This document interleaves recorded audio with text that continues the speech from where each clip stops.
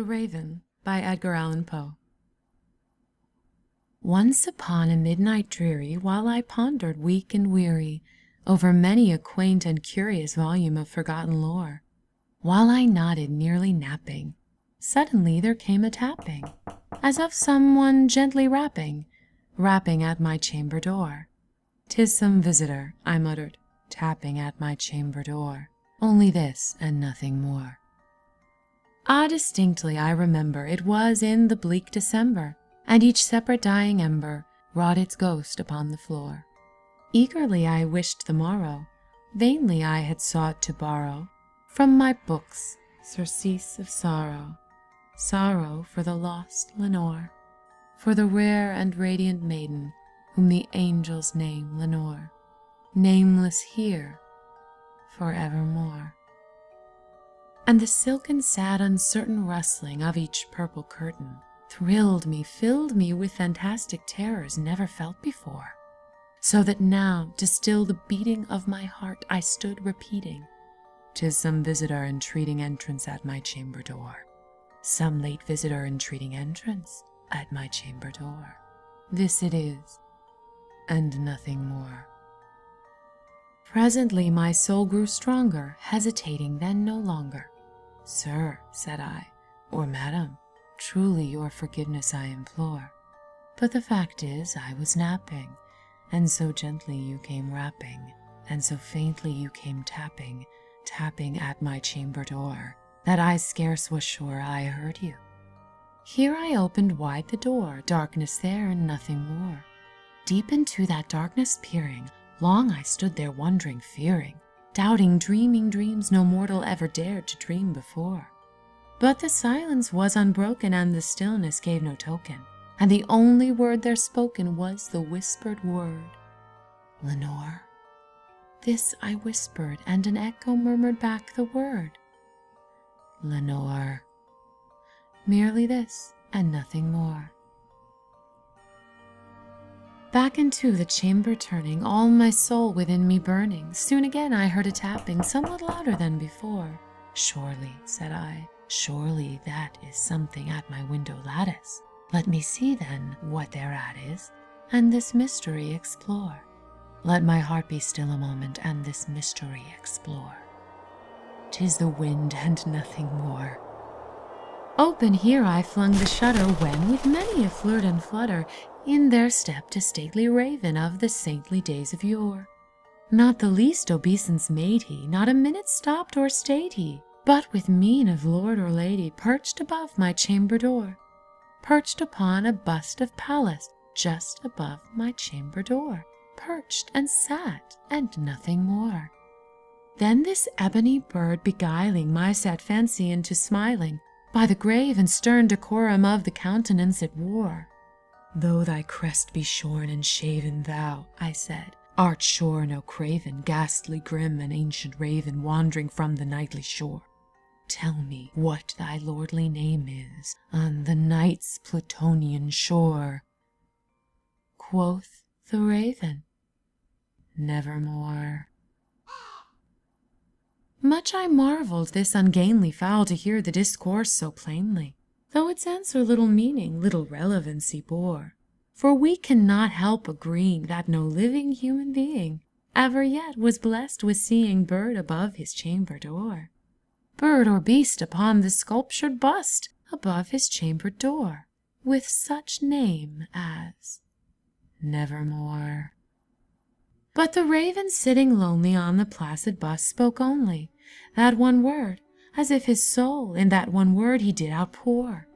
Nothing farther than he uttered, not a feather than he fluttered, till I scarcely more than muttered, "Other friends have flown before, on the morrow he will leave me, as my hopes have flown before."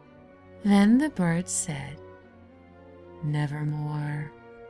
Startled at the stillness broken by reply so aptly spoken, "Doubtless," said I, "what it utters is its only stock and store, caught from some unhappy master, whom unmerciful disaster followed fast and followed faster, till his songs one burden bore, till the dirges of his hope that melancholy burden bore of never, nevermore.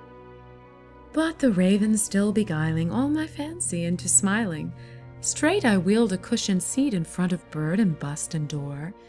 Then upon the velvet sinking, I betook myself to linking fancy unto fancy, thinking what this ominous bird of yore, what this grim, ungainly, ghastly, gaunt, and ominous bird of yore meant in croaking nevermore. This I sat engaged in guessing, but no syllable expressing to the fowl whose fiery eyes now burned into my bosom's core. This and more I sat divining, with my head at ease reclining on the cushion's velvet lining, that the lamplight gloated o'er, but whose velvet violet lining with the lamplight gloating o'er she shall press, nevermore. Then methought the air grew denser, perfumed from an unseen censer, swung by seraphim whose footfalls tinkled on the tufted floor. Wretch, I cried, thy God hath lent thee, by these angels he hath sent thee, respite, respite and nepenthe from thy memories of Lenore. Quaff, oh quaff this kind nepenthe, and forget this lost Lenore.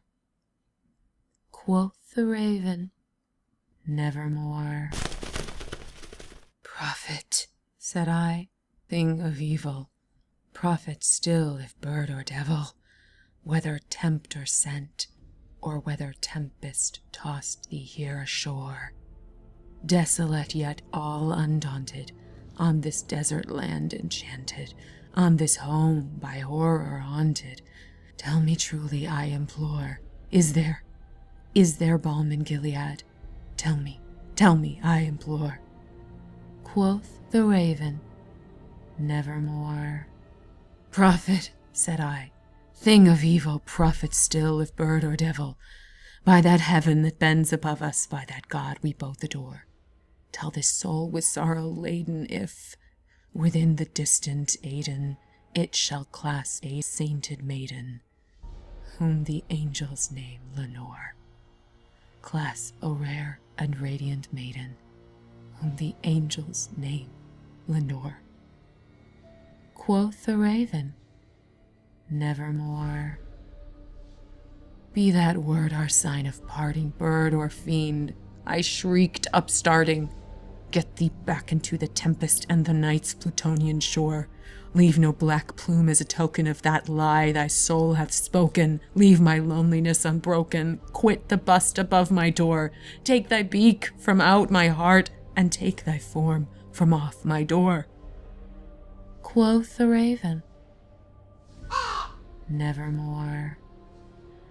And the raven, never flitting, still is sitting, on the pallid bust of Pallas, just above my chamber door.